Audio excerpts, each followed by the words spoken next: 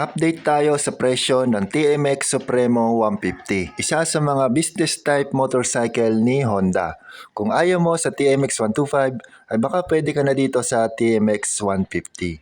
Kung nangangailangan ka ng tricycle na pampasada o di naman kaya ay pang service, ay pwede na to. For this video ay bibigay ko sa inyo yung updated price nitong ating TMX Supremo.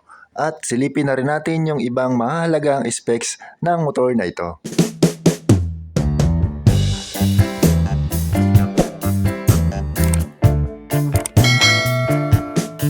Meron lang tayong dalawang color variants sa ating unit.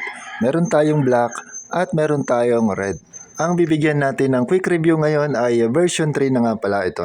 Mula kasi doon sa version 1 ay marami-rami na rin silang binago dito. Kagaya nung size ng tangke. Kaya ito na yung specs ng ating version 3 na TMX Supremo. Umpisahan natin guys sa kanyang dashboard. Combination na po ito ng analog at digital. Yung kanyang speedometer ay naka-analog pa rin at yung tachometer.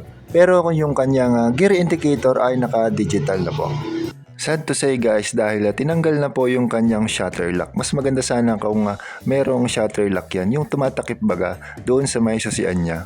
At dalawa pa rin yung ating susi kagaya ng dati kapag mag-a-avail ka ng brand new na TMX Supremo. Sa may itaas na bahagi ng susian ay makikita natin yung logo ng Honda. Wala po tayong built-in na voltmeter dyan sa ating dashboard. Kaya kung gusto mo nga ma-monitor kung may karga pa yung battery mo, ay kailangan mong magpa-install ng voltmeter. Dito sa may left side ng ating handlebar ay makikita pa rin natin yung switch ng high and low ng kanyang headlight. Sa may bandang ibaba yung left and right ng ating signal light at sa bandang ilalim yung switch ng ating horn.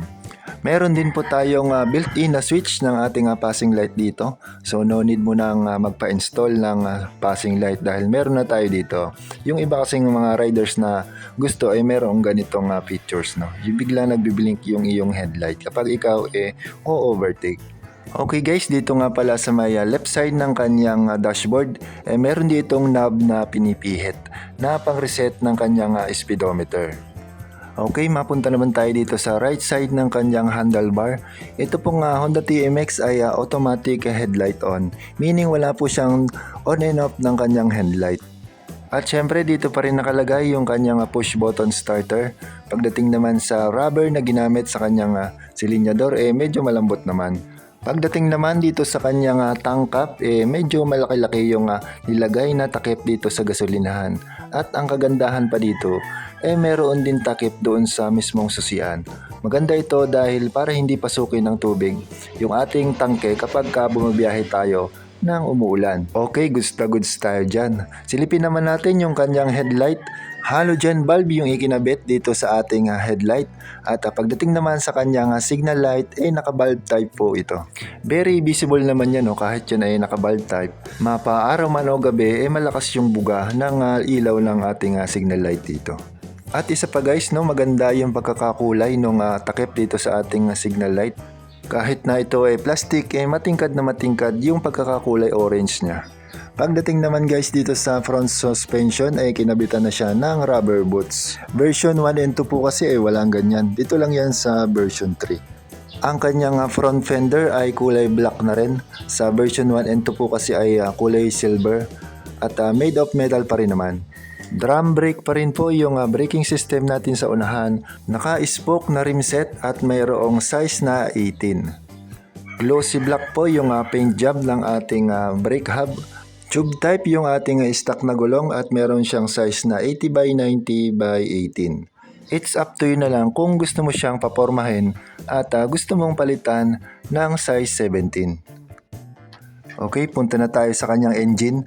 Ang kanyang transmission type naka-manual clutch po ito guys, At ang engine type niya ay 4-stroke, single overhead cam at air-cooled na mayroong 149cc.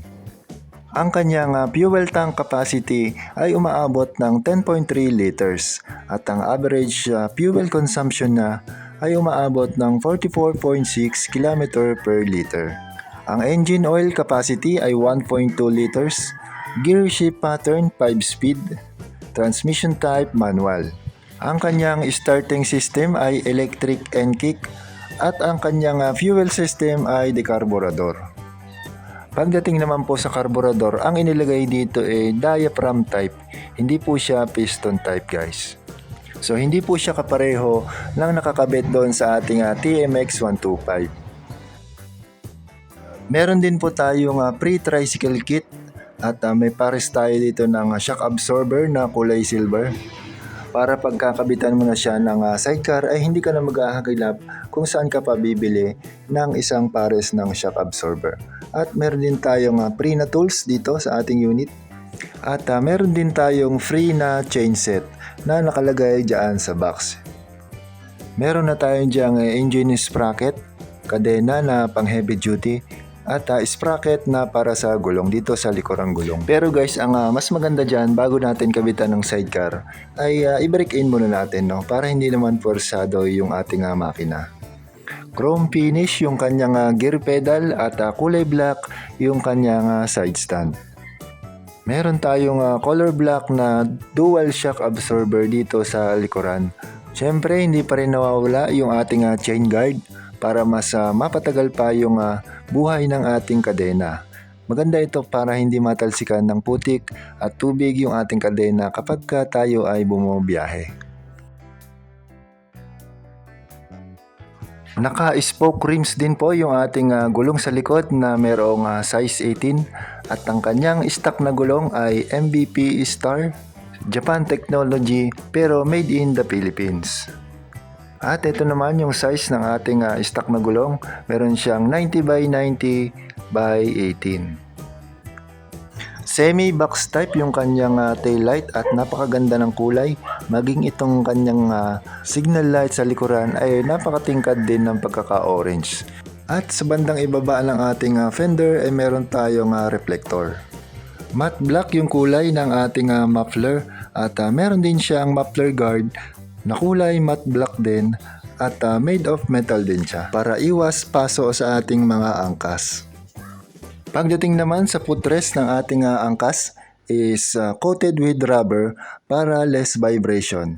Maganda to dahil meron siyang separate na kabitan, hindi kagaya ng sa TMX 125 na nakakabit mismo doon sa kanyang swing arm.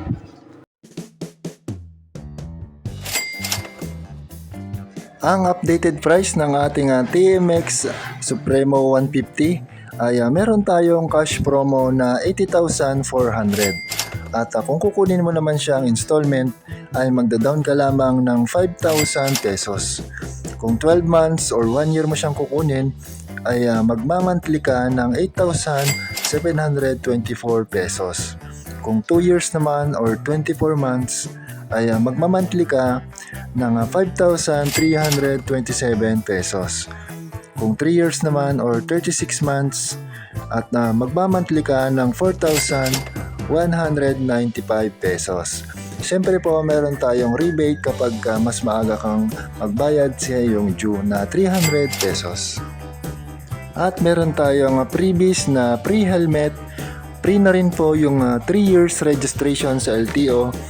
Meron din tayong TPL insurance at meron tayong 100 pesos worth of gasoline na free.